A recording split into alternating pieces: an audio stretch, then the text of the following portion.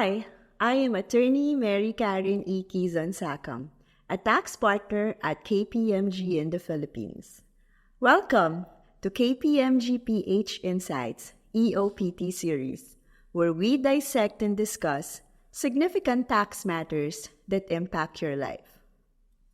This series aims to provide you with KPMG's insights on the EOPT Act, how we think this will impact taxpayers, and what we hope should be addressed by the implementing rules and regulations.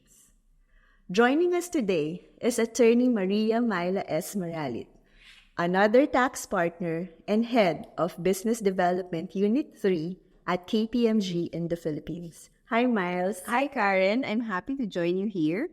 I'm sure our listeners are keen to understand how these changes affect their business operations. So join us as we unravel this ever-changing tax landscape in the Philippines through our KPMG PH Insights EOPT series. Miles, the Ease of Paying Taxes Act, or the EOPT law, which took effect on the 22nd of January 2024, brought significant changes in the way taxes are administered and implemented. Mm-hmm. Why don't we focus our discussion today on the amendments to the withholding tax rules? Sure, Karen.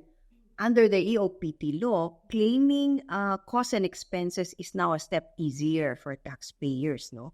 Because of the removal of the requirement to withhold taxes prior to claiming the expense as deduction under the EOPT law. Prior to the effectivity of this law, we all know that the prevailing rule is that to be deductible, the cost or expense must be ordinary and necessary and must be paid or incurred during the taxable year. It must be properly substantiated and it must be subjected to withholding taxes if that's applicable, no? But with the repeal of Section 34K, this withholding tax requirement, if applicable, is no longer necessary for deductibility, no, for income tax purposes. And that means taxpayers can actually deduct these expenses for income tax purposes without the need to withhold at that point, no? So then that means it's easier for the taxpayers now, no? Mm-hmm. Yes, I agree, Miles. I think this is a welcome development as taxpayers can do away with reconciling their deductions with costs and expenses subjected to withholding taxes. I mean, this reconciliation task can be too tedious for some taxpayers. At least now, taxpayers can focus on the other requirements of deductibility, such as that the expense is ordinary and necessary business expense. But of course, this does not mean that taxpayers should be less conscious of their withholding tax obligations. I agree, Karen, no? And this also means that in case of a BIR tax audit, we should see less findings or we should not see any findings now on disallowed expenses due to non-withholding or under-withholding. But of course, we have to emphasize, and I reiterate what you just said, no? Taxpayers must continue to comply with the withholding tax obligations to avoid any findings or any deficiency withholding tax assessments. Incidentally, Miles, another change brought about by the EOPT law is on the timing of withholding.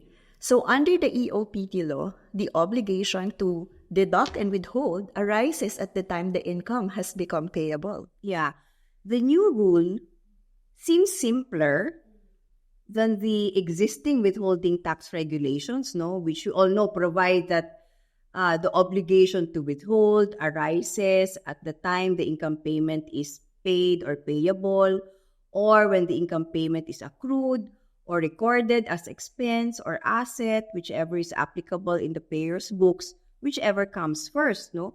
But with the changes, this change introduced by the EOPT law, taxpayers will only withhold at the time that the income becomes payable. But I didn't see any provision in the EOPT law which says what the term payable means.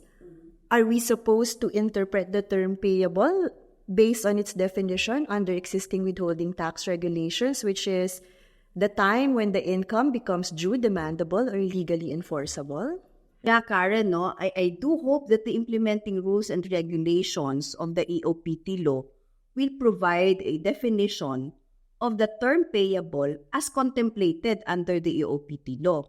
Well, we all know that the law states that the Secretary of Finance shall promulgate implementing rules and regulations after due consultation with the BIR and the private sector within 90 days from effectivity of the law or by April 21 this year. Oh, I also look forward to that, Miles, and I hope its specific definition, would consider practicality and alignment with existing tax rules such as the all events test. Yeah, and not only that, Karen, I also hope that the IRR will include clear guidance on claiming in the subsequent taxable year tax credits which were deducted and withheld in the prior period. That's a good point, Miles. I think that's really something that the IRR should consider clarifying in addition to the timing of withholding. I mean, having clear guidelines will prevent both the taxpayer and revenue examiners from resorting to their own definitions and interpretations. I agree, Karen. Here in KPMG, we are one with taxpayers in our clamor for a clear and practical IRR of the EOPT law. Thank you so much, Miles. I think that wraps up our discussion. Appreciate your time and insights today. No problem at all, Karen. I enjoyed our discussion very much. So thank you for tuning in to KPMG PH Insights EOPT series. Stay tuned for upcoming episodes as we delve into more topics on the EOPT app. Remember to subscribe to stay updated.